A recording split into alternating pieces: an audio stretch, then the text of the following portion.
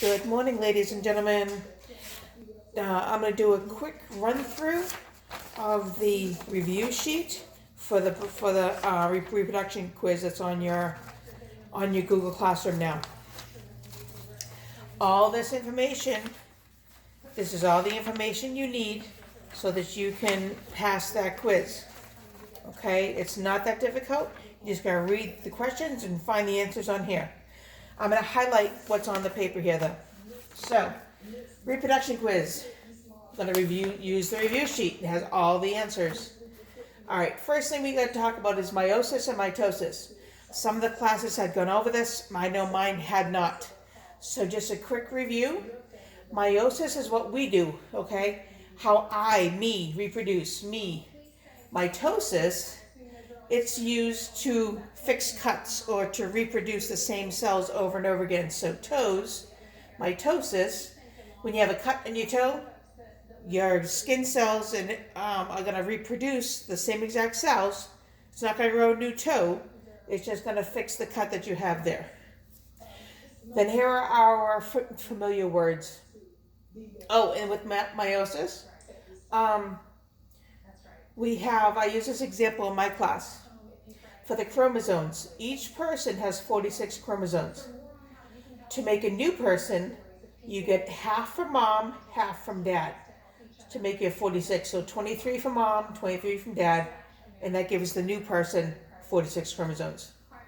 Now the chromosomes we get are our letters here. Homozygous, purebred, both capitals or both lowercase.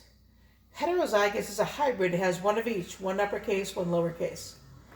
The dominant alleles or the dominant genes, they're the ones that are expressed. Dominant always has a large an uppercase letter.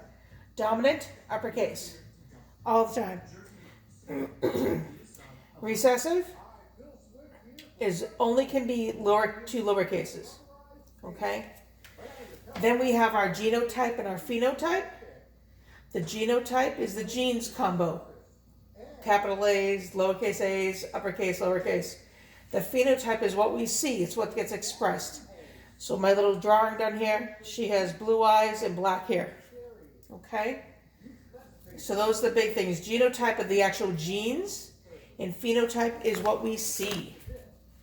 Now I'm going to skip over here.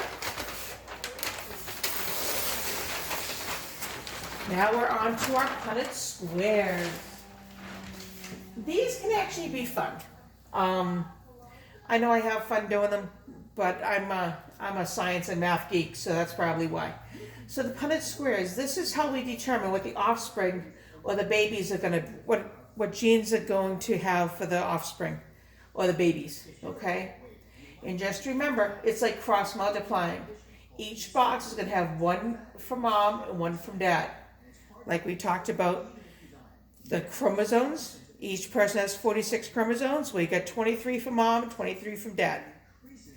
So what I like to do is label. I always put mom on top. So mom, we're going to say has a recessive gene. Let's just say this is for, I don't know,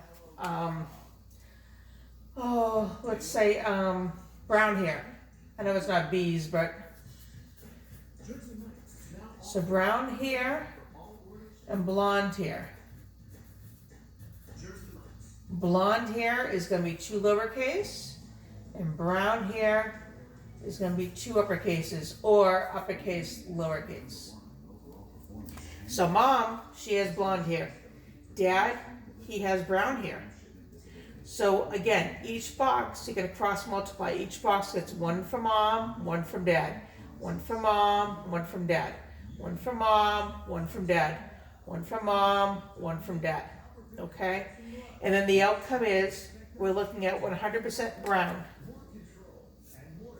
So all their kids, they don't have to have 4 kids. They don't have to have 1 kid. Well, they have to have 1 kid. However many kids they have, they will all be brown. 100% brown. Okay? All right. Now on the last page, again, all this information is all right here for the Punnett squares. It's upside down. Okay? All right, next thing we're going to talk about briefly is biotechnology. Again, that's on this page. So biotechnology, bio means life. Technology, things we make, products, and engineering. Okay? So on here, it says genetic engineering. When scientists take genes from organisms in which they naturally occur and insert them into organisms that do not normally contain the piece of genetic material.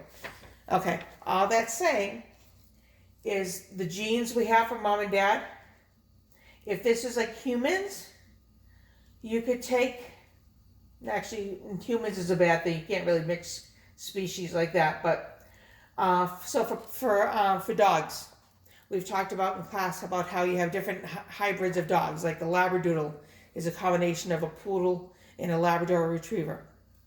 So what they did is they took the genes and they mixed them together to create a new product, a new dog.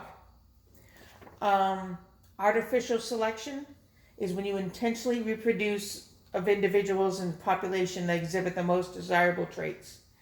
So we can't do this on humans, but if we did, we could say, okay, all humans must have blue eyes. So we could genetically manipulate that to have everyone have blue eyes. And then, and artificial selection is really popular with plants. So you can create the best and the most sturdy type of plant, especially for our food. You want to make the best product so that it will grow faster, live longer, and reproduce faster themselves. Then the last thing is cloning. It's a DNA of one organism to use to create a duplicate of itself. One of the most popular ones is Dolly the sheep. That was back, I believe, in the 90s. It's gone back a long time. But they cloned a sheep. So they had one sheep and they made the identical thing of another one by using the DNA. And then down here you have the impacts and the pros and cons. All right? Hey, hope this helps. Again, use these sheets to do your quiz. This has all the answers. Okay, guys, good luck. I'll see you soon.